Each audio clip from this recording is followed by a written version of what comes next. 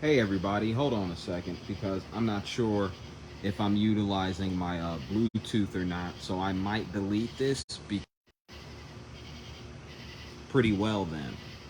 Um, I just looked at my phone to see if my Bluetooth was on because in recording videos, my Bluetooth has caused problems with syncing the audio correctly, so the audio always seems to record um, at a delay. Um, and it doesn't sync well with the video. But since I turned off my Bluetooth, I don't have that problem. So we're going to get into the meat and potatoes of this little you dig and talk about tips for dealing with aged urine smell. Now, this topic was I was inspired to put this out because this topic popped up thanks to Mark, I believe. Um, and I thought it was a good chance to share some of my tips on how to deal with the aged urine smell. Now, as many of you all know, when you age urine, there is a lot of potential for the urine to smell somewhat to quite powerfully offensive. That is to say that the urine can stink a little bit or it can smell awful. And as some of you all might have experienced, sometimes when you're aging it, that odor can permeate through a large area. Um, and since many people here are not only using it on their skin, but they're also using it for internal purposes as well, um, the smell can become a problem for a number of different reasons. Um, and if this is unavoidable, then it's something that's unavoidable. But from my experience, it's not avoidable. I mean, it's not unavoidable. It's something that you can definitely remedy by utilizing a few certain tips. And so, the first and foremost place to start is with the diet. Now, in modern utilization of urine therapy, a lot of people choose to go the route of drink the urine first and figure things out later. In my opinion, that can work for some people, but for many other people, I don't recommend that course of action. Um, Whether people like it or not, urine therapy is a science, and because it is a science, there is a process of optimizing it, and there is a process of diminishing its value. Um, and one of the best ways to kind of impede the benefits of urine is by being ignorant of your food consumption. I know that there are some people who consume flesh, and I'm not telling you that you can't do it. It's up to you to do things the way that you want to. From my experience, though, it is a bad move. I have not. I was born and raised a vegetarian, so I do not eat meat at all. That being said, when it comes to the smell that urine can produce, the chief odor causing element comes from nitrogen, specifically nitrogen gas. Nitrogen gas is produced in urine from protein content. Okay? Now, this isn't to say that you can't consume um, considerable amounts of protein. Me, as a raw foodist, despite the fact that I don't use any raw food protein powders or many concentrated protein sources, due to the fact that I eat at least a pound of greens a day, and due to the fact that I consume a pretty decent amount of plant food overall, um, my daily consumption of protein rarely rarely goes under 80 grams. Okay, so 80 grams is higher than normal. It's not the it's not in the ridiculous weightlifter ranges where they're telling you, oh, you need to eat like 100 plus grams a day. That being said, I do eat a considerable amount of protein.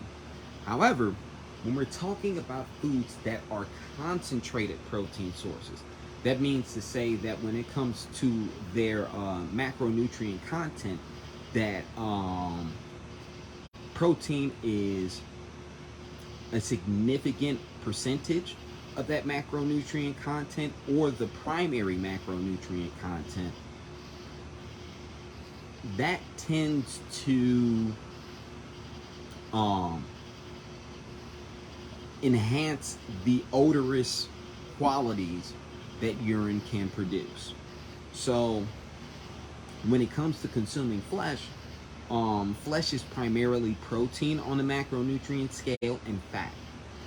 Due to that, it's very unlikely that you're going to be able to consume a considerable amount of flesh material without it having enhanced effect on creating harsh odors when you age your UT. And so, if smell is a problem, first place you might want to look is at your diet. Um, Primarily speaking, concentrated protein sources should be a minimal part of your diet. I'm not saying you can't eat them, right? However, when it comes to the effect that it has on your urine, and also when it comes to overall consumption, extreme concentration of protein usually isn't that beneficial. Like I said, we're talking about concentrated protein sources. If you get a lot of protein in from a number of sources that are that you consume quite heavily, but their percentage of protein isn't very high. Like for example, let's say you want to eat 3 pounds of apples. Now, out of 3 pounds of apples, you might get somewhere in the realm of, I don't know, like 10, 15 grams of protein, right? But within that 3 pounds of apples, even though you might be getting 15 grams of protein, in relation to its water content and in relation to the rest of its macronutrient content, the presence of protein is rather small on a percentage scale, right? It's the same thing with things like greens and other water-rich vegetables, right? Um, even though you can consume a decent amount of them and get a substantial amount of protein, due to the fact that the concentration of protein in relativity to other qualities is relatively low, the presence of the effect that it can have on your urine is very minimal. Sometimes it can be completely obsolete. And so when it comes to diet, what I would recommend is if you consume a lot of concentrated protein sources. Now, um, this doesn't just come from animal sources. We're also talking about the seed foods. So we're talking about legumes. We're talking about nuts and other types of seeds. Um, and grains and pseudo grains. You'll want to minimize how much you'll want to minimize the concentration of those foods. Now, also, when it comes to the plant-based concentrated protein sources, you can upgrade the water content by soaking them. Water content is also a very important part in having a diet where the stink factor on your urine is relatively low. If you consume a diet that has a lot of natural water content, then the likelihood that that is going to have the likelihood that your urine is going to produce foul odors is heavily diminished. That's why some people choose to go completely fruitarian. I'm not going to try to suggest that. That is a choice that people have to make on their own. And if you do go fruitarian, for most people, you should do so while committing to a detox protocol. So you should include herbs and things like that, because for a lot of people to go straight fruitarian without having the aid of detoxifying herbs and cleansing herbs, a lot of people can start to have problems being able to process and make the most out of a fruitarian diet. So I'm not telling you to go fruitarian. What I would say, however, though, is that having raw, water-rich fruits and vegetables as the base of your diet is one of the best ways to make sure that that funk factor is very low, if not obsolete.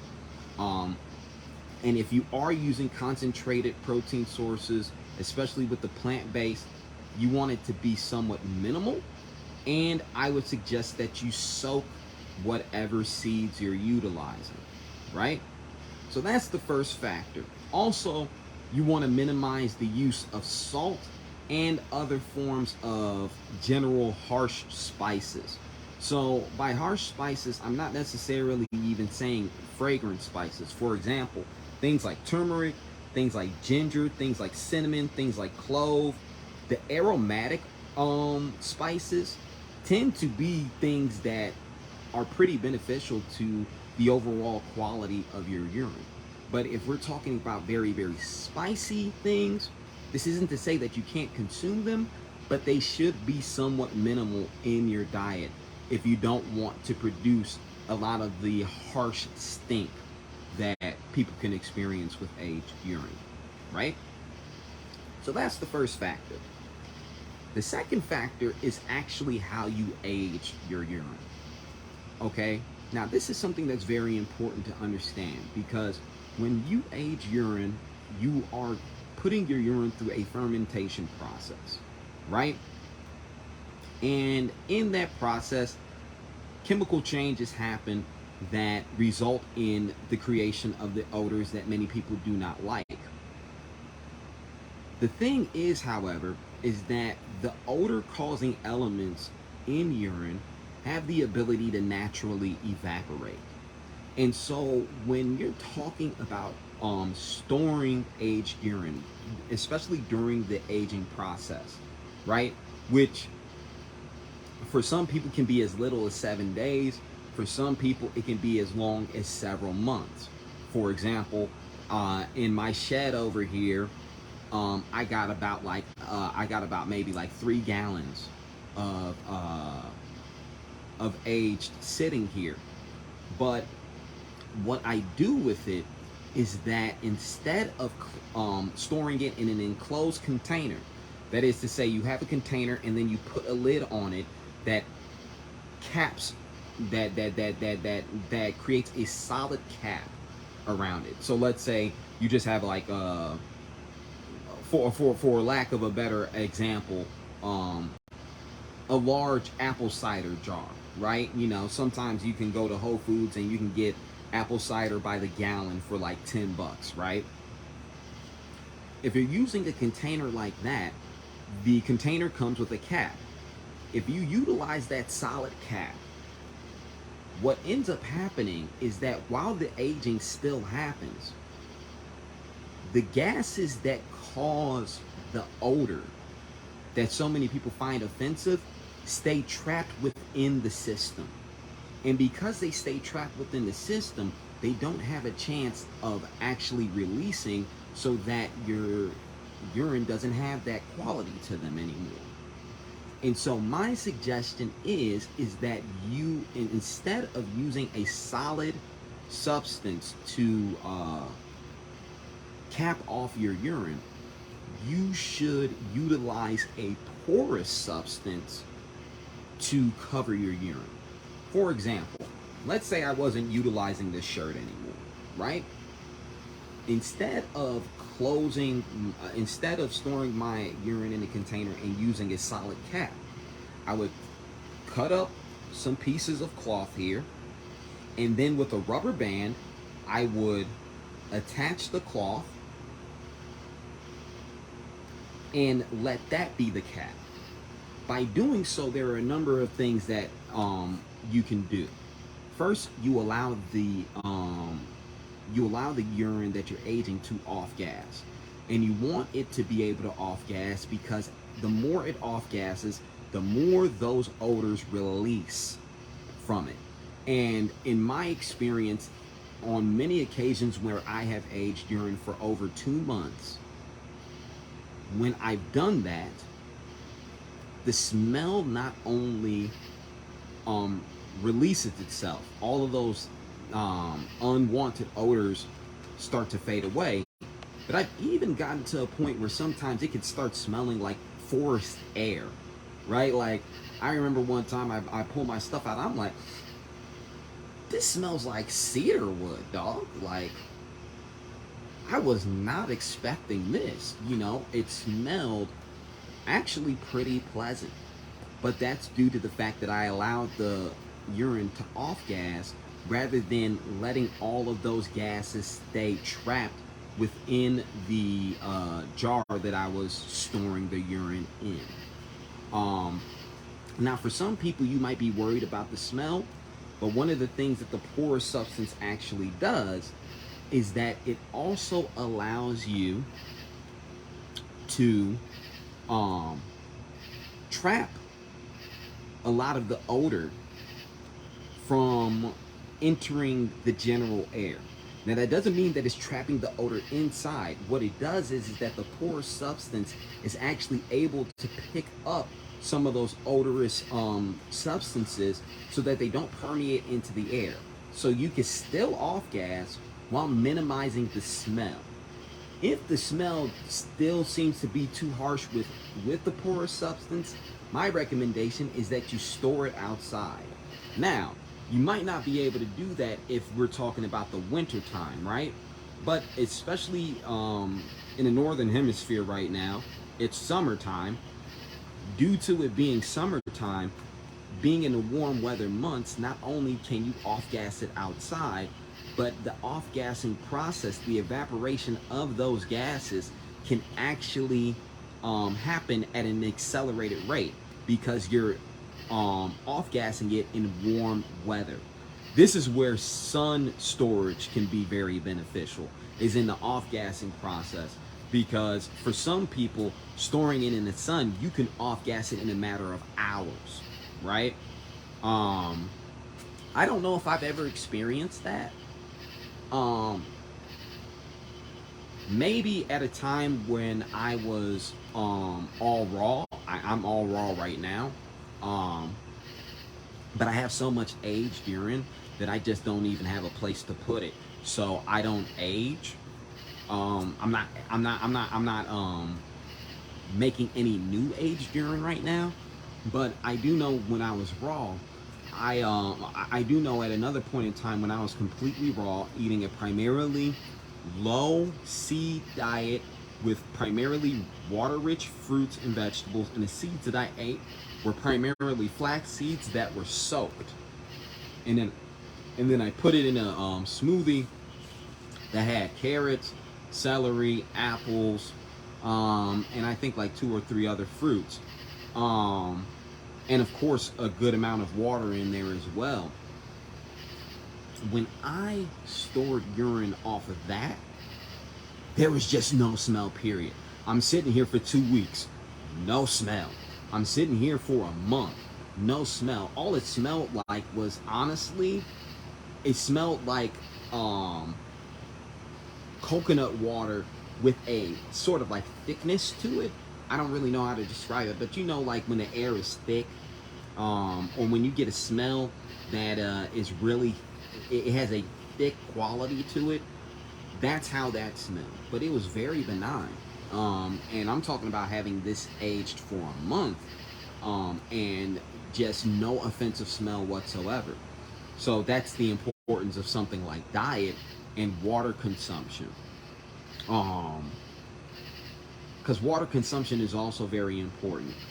If you're dehydrated, it doesn't matter what your diet is, your stuff is more than likely going to stink because the concentration of elements in it is just going to be very, very high. Um, however, um, and also intense salt consumption. Again, I'm not even saying that you can't consume any salt. And more importantly, there are other sodium sources. For example, coconut water has an extensive amount of sodium in it. Um, Also, sea vegetables. So when we're talking about kelp, dulse, uh, sea moss, these all have concentrated amounts of sodium. These things do not tend to create a great deal of problems your for the quality of your urine. The smell is obsolete, and also it for some reason it keeps your urine won't be as salty, right? Like if you consume table salt or even something like Himalayan rock salt or Celtic sea salt, uh, consuming those substances will have a different effect than consuming sodium from food sources. So uh, celery, coconut water, and sea vegetables are some of the ones that I know the most about. Um, so you don't have to sacrifice sodium content if you're doing like a primarily raw diet or if you're going vegan. You have a lot of natural sodium sources that will give you all the sodium that you need if you choose to go that route. But when it comes to helping out with that smell, my two biggest recommendations is looking at your diet, which includes your water consumption, which includes the type of food that you're eating, and it also includes salt consumption, and making sure that when you store it, you have the ability to off gas it, because the having the ability to off gas it will allow those odorous elements to release into the air and to be removed from the urine that you're aging. And so those are my particular tips for this. I'm not guaranteeing that they'll work for you, but these are tips that I have found over, damn, it must be over a decade now. I think I've been utilizing UT since I was 24, I believe. 24, maybe 25. And I'm 35 years old right now. So it's definitely been close to, if not a little bit over a decade of practicing this and making sure that I can do this while living in an environment that's not my own. Because every time you know, this upcoming August is going to be the first time where I've lived by myself. Every other time I was rather living with a family member and or a roommate. And because of that, in order to practice this, I cannot be walking around stinking up the joint, right? I cannot walk around just being like, hey man, I don't even care how I smell, dog. I just need to utilize this urine, baby. No, I will get roasted. People will kick me out of my damn jobs. They'll be like, get your stinky ass on them out of here. They don't play that joint in Chicago, right? In Chicago, if you stink, you will be roasted. If you stink, people will call you out. They will lambast you. They will kick you out of the environment that you're in. So I needed to make sure that my practice of this science was done in a way that didn't offend the people that were around me. And so I've been, how much urine have I aged? Damn. Let's not even ask that question, because it may be at this point to the hundreds of gallons. Like I said, I don't even have a place to put the stuff that I've aged right now. One, because I live with someone who is very much not in that realm. of caring.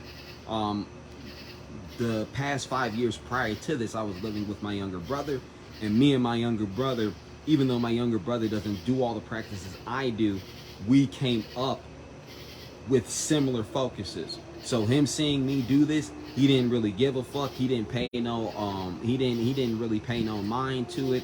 And if things got to smell a little bit weird, he didn't worry about it because he knew that I could handle it. He knew that I could find out a way to make sure that the smell was removed or obsolete, right? And so but even still, I'm not trying to sit up here and have my younger brother sitting up here like, it stinks. You know, I don't want that.